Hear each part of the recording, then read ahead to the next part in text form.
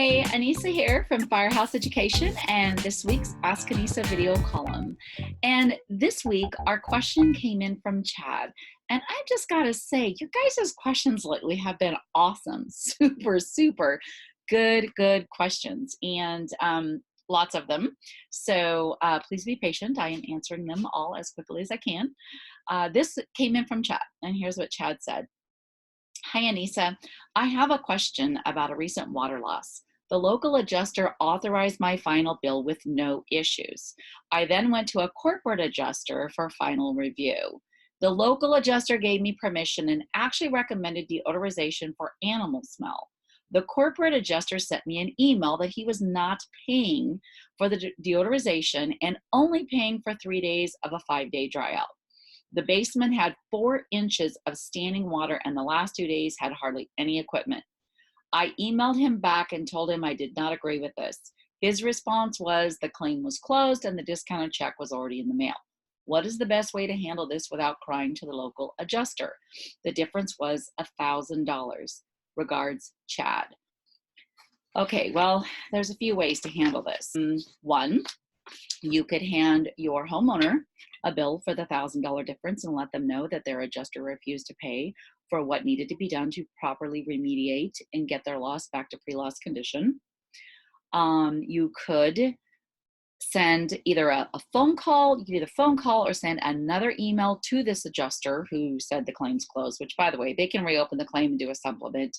That's not an issue. He's just saying that because he wants you to feel like that's it. There's no possibility of further payment. You could try to phone him or send him another email and say, look, here's the deal. This adjuster approved this. This was necessary. Here's why. Give them some more details, even maybe forward your dry out information, your data sheets and things that you kept to support the charge, and let him know that you will be collecting this from the homeowner if he isn't going to pay it. The third way that you could handle this is to actually go ahead and talk to this adjuster that originally authorized, in fact, told you to do the deodorization. It's not whining to him, by the way, Chad. It's just going back and saying, hey, this was what we discussed and agreed upon, and now this is what is being, paid out by the desk adjuster. And, would you be willing to, talk with him for me on this, kind of go to bat for you, if you will. This is also, Chad, why I really preach and teach about getting all communication in writing, which maybe you have. Do you have an email or something in writing from this adjuster that told you, hey, go do this deodorization because, this needs to be done as well, where he approved all of this work? This is where this is key, because if you have that, you could forward that to the adjuster that said, hey, I'm not paying this stuff, and say, look, this was already pre-authorized by your insurance company and your adjuster. So that could give you, some more clout, if you will, for getting this covered.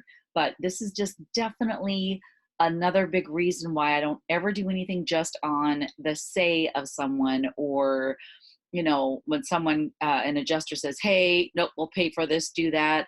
I always follow up with an email. Maybe the email doesn't come directly from them. Maybe it's me sending the email saying, hey, so-and-so adjuster, I just want to confirm we talked about this, and this is what we're going to do on this loss. And this and this and this is what we have agreed upon that'll be covered on the policy.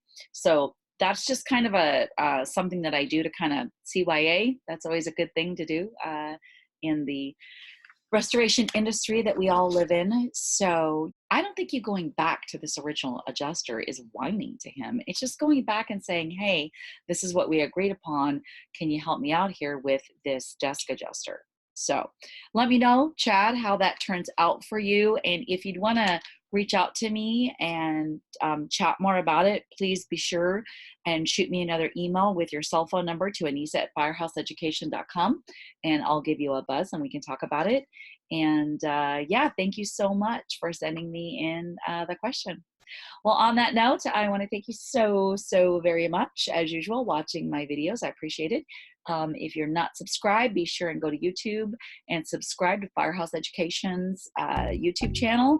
Be sure if you're watching this video and you've enjoyed it and find value, it really helps my channel and me if you give me a thumbs up, give me a like, comment below the video if you have any advice for Chad on his question, and be sure and send your questions to Anisa@firehouseeducation.com, and I will see you on next week's Ask Anisa video column.